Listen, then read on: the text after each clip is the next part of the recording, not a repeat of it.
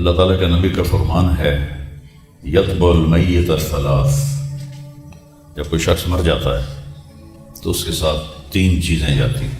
علا بن حضرمی رضی اللہ تعالیٰ عنہ بحرین کے جہاد سے واپس آ رہے تھے حضرت عمر کے زمانے میں، راستے میں انتقال ہو گیا تو ان کو وہاں دفن کر دیا۔ تو ایک مقامی آدمی نے کہا یہ ریتلی زمین ہے، یہاں جانور ہیں جو زمین کھود کے میت کو نکال کے کھا جاتے ہیں، تو اس کو یہاں سے نکالو، آگے ایک سخت زمین ہے وہاں دفن کر۔ تو صحابہ نے کہا ابھی تو دفن کیا ہے لہذا نکال لیتے ہیں۔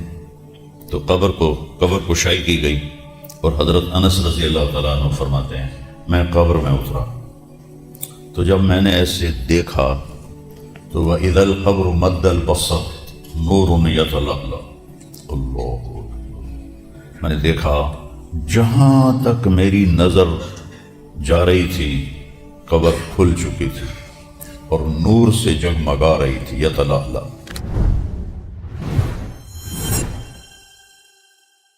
اللہ تعالیٰ کے نبی کا فرمان ہے یتبع المیت الثلاث، جب کوئی شخص مر جاتا ہے تو اس کے ساتھ تین چیزیں جاتی ہیں، اہلہ ومالہ و اولادہ۔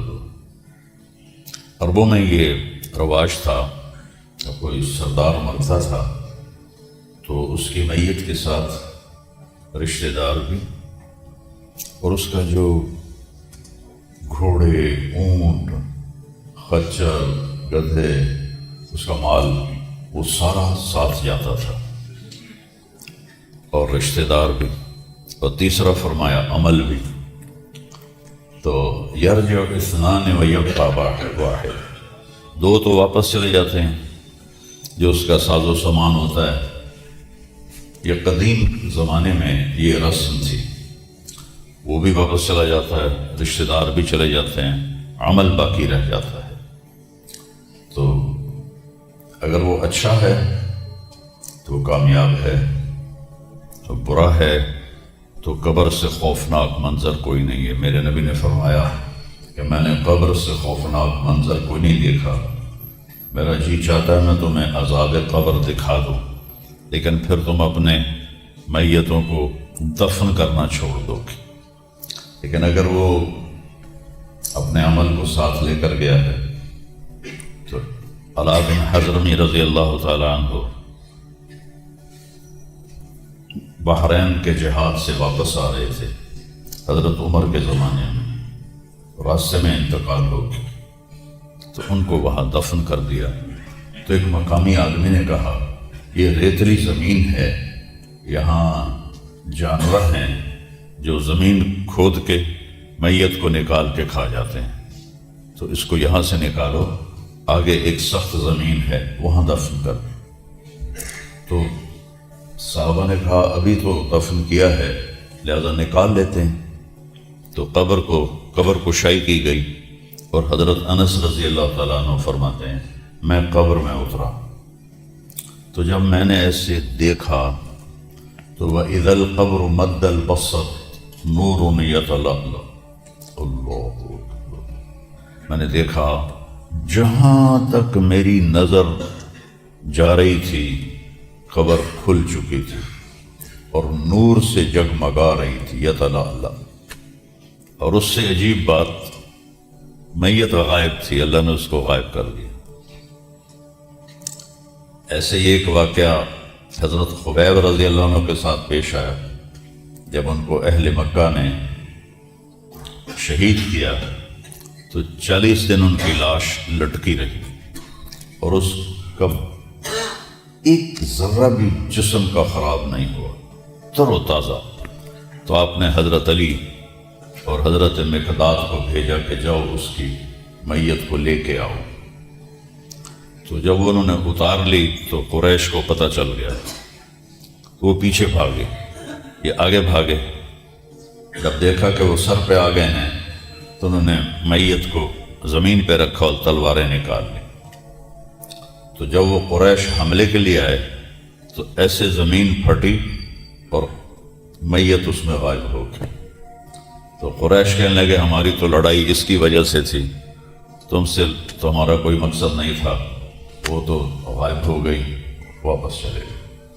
تو جب عمل اچھا ہوتا ہے تو آگے ایک پورا نظام ہے۔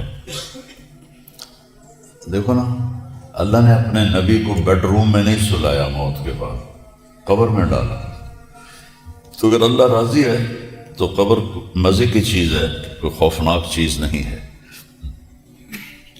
اور وہاں مجھے 4-5 سال پہلے روضہ مبارک کے انجینئر ملے، انہوں نے آ کے مجھے وہ سارا نقشہ دکھایا کہ جہاں ہم کھڑے ہو کے سلام پیش کرتے ہیں وہ آپ کی قبر مبارک اس سے 30 فٹ نیچے ہے۔ تو بھرائی ہوتی رہی، مدینے کی زمین اوپر ہوتی گئی، قبر نیچے 30 فٹ نیچے ہے۔ تو عمل ہے تو اللہ راضی ہے۔ اللہ نے ہمیں بنیادی جو اعمال دیے ہیں عبادت کے، اس میں سب سے پہلے تو ایمان ہے، لا الہ الا اللہ کا اقرار۔ من کان آخر کلامہ لا الہ الا اللہ دخل الجنہ، جس کا آخری وہ لا الہ الا اللہ ہوگا اور اس پر اس کی موت آ جائے گی تو وہ جنت میں جائے گی۔ امام ابو زرع ایک محدث ہیں، ان پر موت کی کیفیت آ رہی تھی اور وہ بے ہوش تھے۔ تو ان کے پاس 2-3 محدثین بیٹھے تھے، وہ آپس میں مشورہ کر رہے تھے کہ اب ان کو کلمہ کیسے یاد دلائیں۔ حکم ہے جب کسی پر سکرات طاری ہوں تو اسے کہنا نہیں چاہیے کلمہ پڑھو، اس کے پاس بیٹھ کے کلمہ پڑھنا شروع کر دو، اس کے نصیب میں ہوگا تو وہ بھی پڑھ لے گا۔ تو علم کی بھی عجب شان ہے۔ ابو حاتم رحمہ اللہ تعالی کہنے لگے حدثنی ضحاک بن مخلد عن ابی عاصم عن عبد الحمید بن جعفر عن صالح بن ابی غریب، اور یہاں سند انہوں نے آدھی پڑھ کے اور خاموش ہو، ابو زرع بے ہوش پڑے۔ تو منذر بن شازان تھے رحمۃ اللہ علیہ، وہ بیٹھے تھے، انہوں نے اپنی سند سے اس حدیث کو پڑھا کہ حدثنی ابو، مجھے پہلا نام بھول گیا ہے، عن ابی عاصم عن عبد الحمید ابن جعفر عن صالح ابن ابی غریب، اور وہ بھی خاموش ہو۔ اب ایک آدمی بے ہوش پڑا ہوا ہے، وہ فرمایا کرتے تھے ابو زرع کہ مجھے 1,00,000 حدیث اس طرح یاد ہے جیسے تمہیں سورۃ فاتحہ یاد ہے۔ یہ ہمارے تو اب یہ جو علماء طلبہ ہیں ان کو حدیثیں یاد کوئی نہیں ہیں، فقہ ہی پڑھتے رہتے ہیں، اور فرمایا مجھے 1,00,000 حدیث اس طرح یاد ہے جیسے تم نے سورۃ فاتحہ یاد ہے۔ ہاں، تو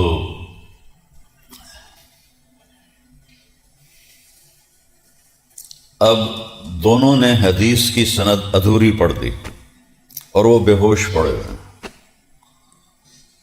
تو ان کی اللہ نے زبان چلا دی۔ پہلے نے